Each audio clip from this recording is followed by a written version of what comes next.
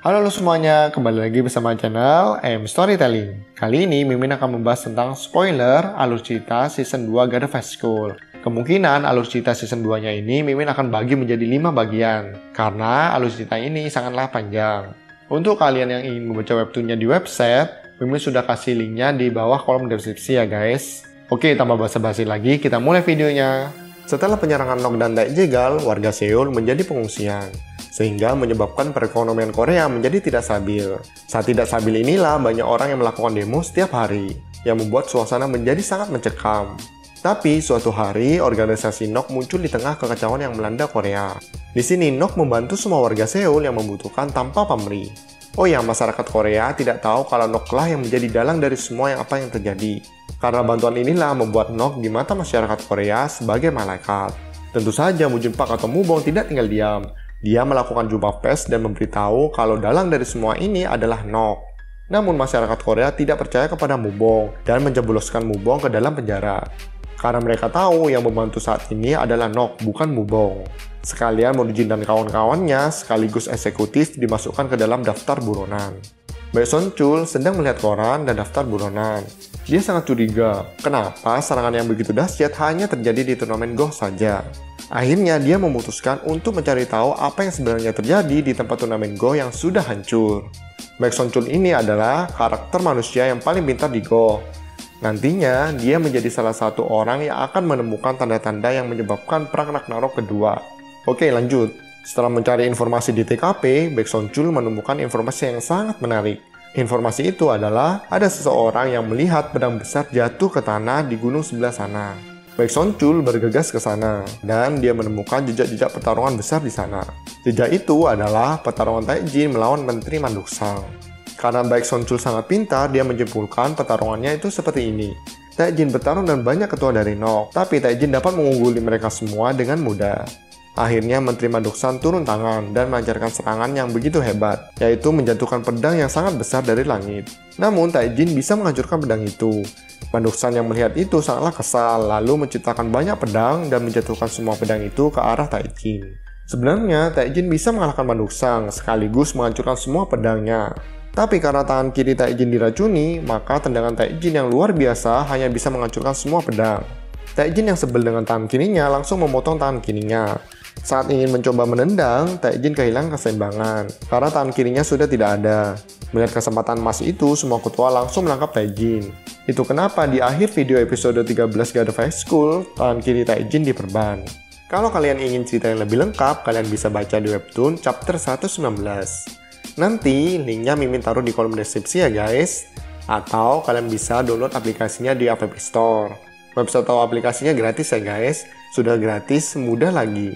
Tunggu apa lagi? Kalian bisa langsung download aplikasinya atau klik link di bawah ini. Oke, kita lanjut. Setelah selesai dengan hipotesanya, Baek Son-chul didatangi oleh perawat dari Go untuk bergabung dalam misi pencarian ingatan masa lalu milik Morjin di dunia monster. Singkat cerita, semua eksekutif juga mencari anggota Go yang berbakat dalam misi kali ini. Dalam menjalankan misi, eksekutif S ketahuan oleh Nok. Dia dikeroyok oleh dua ketua. Saat tersudut, eksekutif S dibantu oleh Han Dewi dan Mirayo. Mirayo berhadapan dengan ketua Lollipop, namun Mirayo masih belum sebanding dengan ketua Lollipop.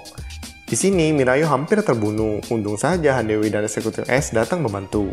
Karena musuh semakin banyak, akhirnya mereka memutuskan untuk kabur.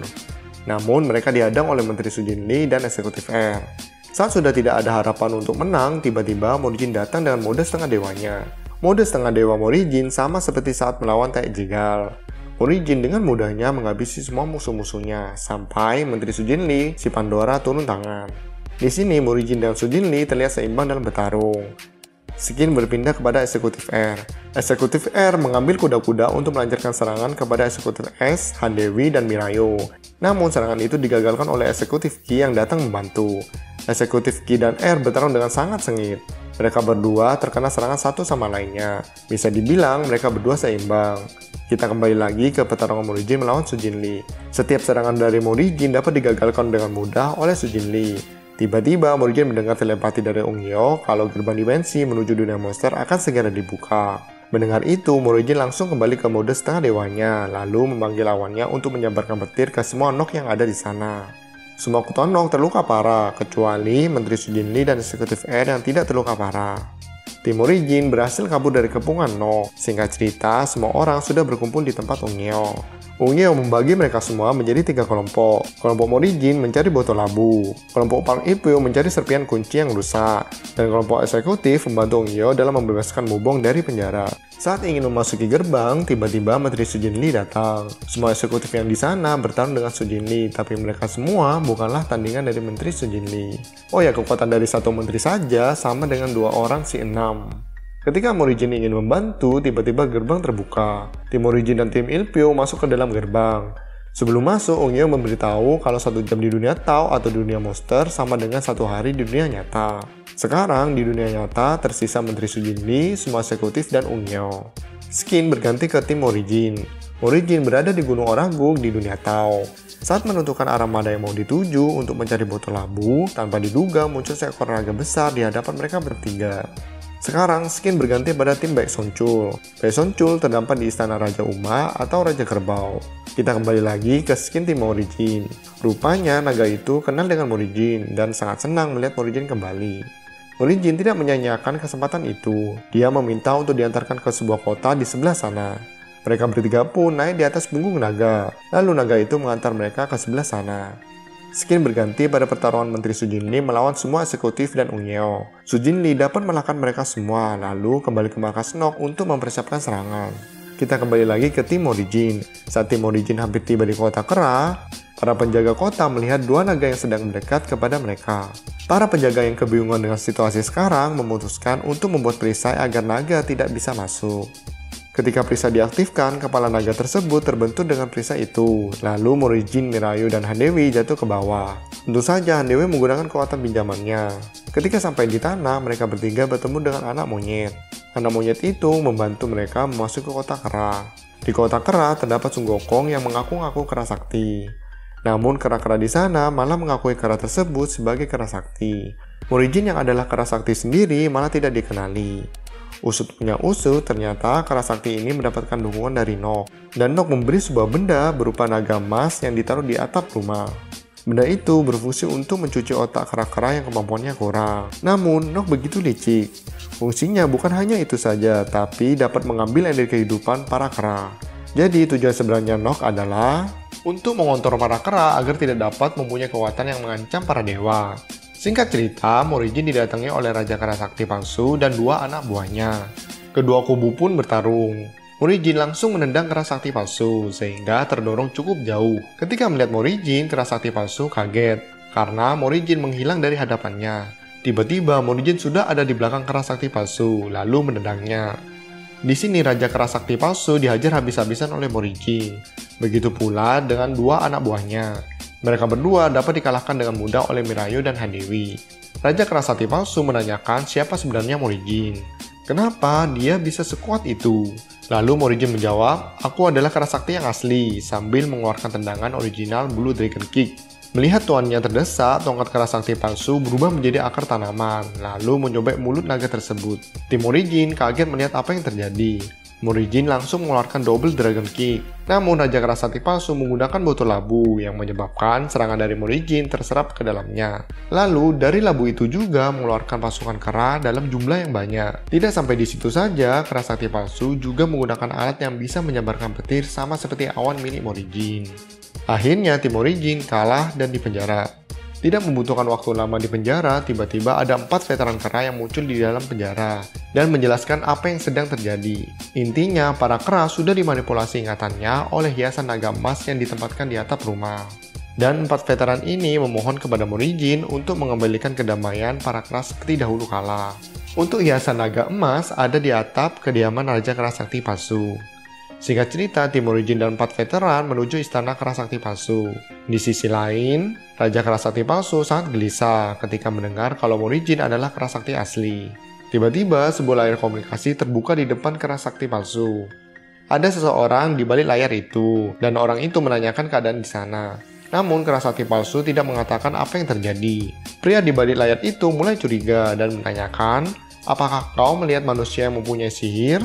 Kera Sakti palsu menjawab, tidak melihat. Lalu pembicaraan pun selesai. Rupanya, pria misterius di balik layar itu adalah Manduksang. Manduksang adalah tipikal orang yang tidak mudah dibodohi. Dia yakin kalau tim Morihjin ada di sana. Kemudian Manduksang mengirim 2 menteri ke tempat Morihjin. Menteri itu adalah Menteri Sujinli dan Menteri Biron. Skin berganti pada Baek Sonchul. Di sini, Baek Sonchul dianggap orang yang mencurigakan oleh pasukan King Uma, lalu mengikat mereka semua untuk dihadapkan kepada Raja Uma. Baek Sonchul yang melihat King Uma pertama kali langsung menghina tanduknya. Mendengar itu, King Uma langsung mengangkat Baek Sonchul dengan 1 tangan. Karena sudah begitu dekat, Baek Sonchul tidak menyia-nyiakan kesempatan tersebut. Dia langsung menggombali King Uma yang seorang cewek. Tanpa tanduk pun, Anda sudah cantik. King Uma yang mendengar itu langsung kelepek-kelepek tak berdaya. Kita kembali lagi ke tim Morihjin. Sekarang Morihjin sudah sampai di istana Raja Kera Sakti palsu. Tanpa basa-basi, Kera Sakti palsu langsung menyerang Morihjin dari belakang. Namun Morihjin dapat menghindarinya dengan mudah. Mereka berdua bertarung dengan sangat sengit, tapi Morihjin dapat menyudutkan Kera Sakti palsu. Merasa tersudut, Kera Sakti palsu mulai serius. Dia menggunakan ilmu bela diri ciptaan Kera Sakti asli ketika masih jayanya. Di sini Morihjin mulai kewalahan menghadapi Kera Sakti palsu, sampai-sampai Morihjin diajar habis-habisan. Mengetahui kalau dengan kekuatannya yang sekarang, Morihjin tak dapat mengalahkannya. Dia memutuskan untuk menggunakan Xiaobo Jingla. Sekarang Morihjin dapat menghindari serangan dari Raja Kera Sakti palsu.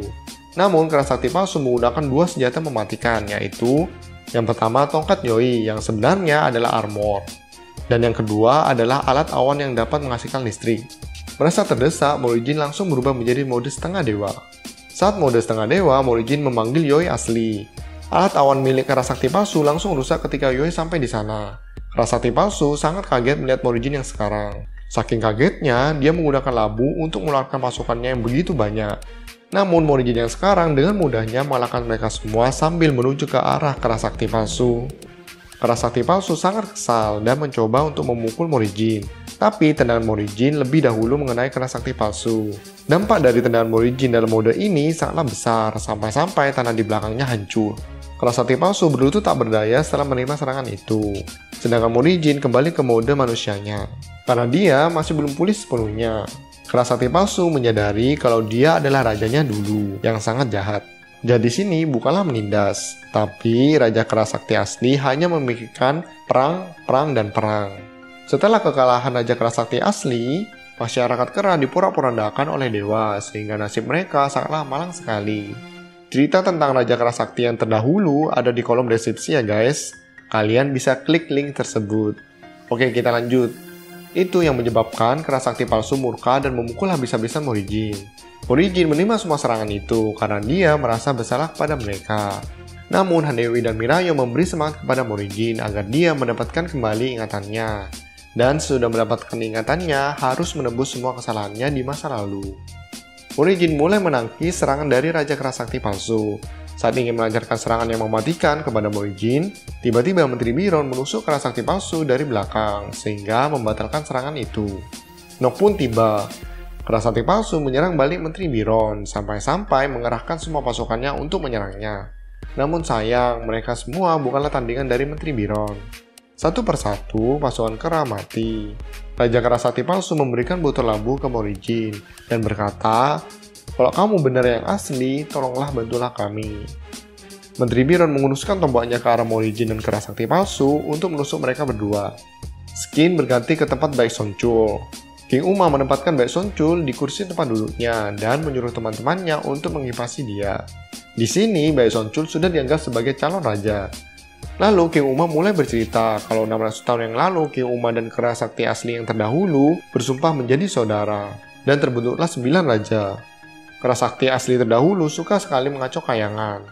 Setelah kami kalah dalam perang besar Kayangan, tanpa diduga dia menjadi pengikut manusia yang bernama Samyang dan memutuskan persaudaraan kami.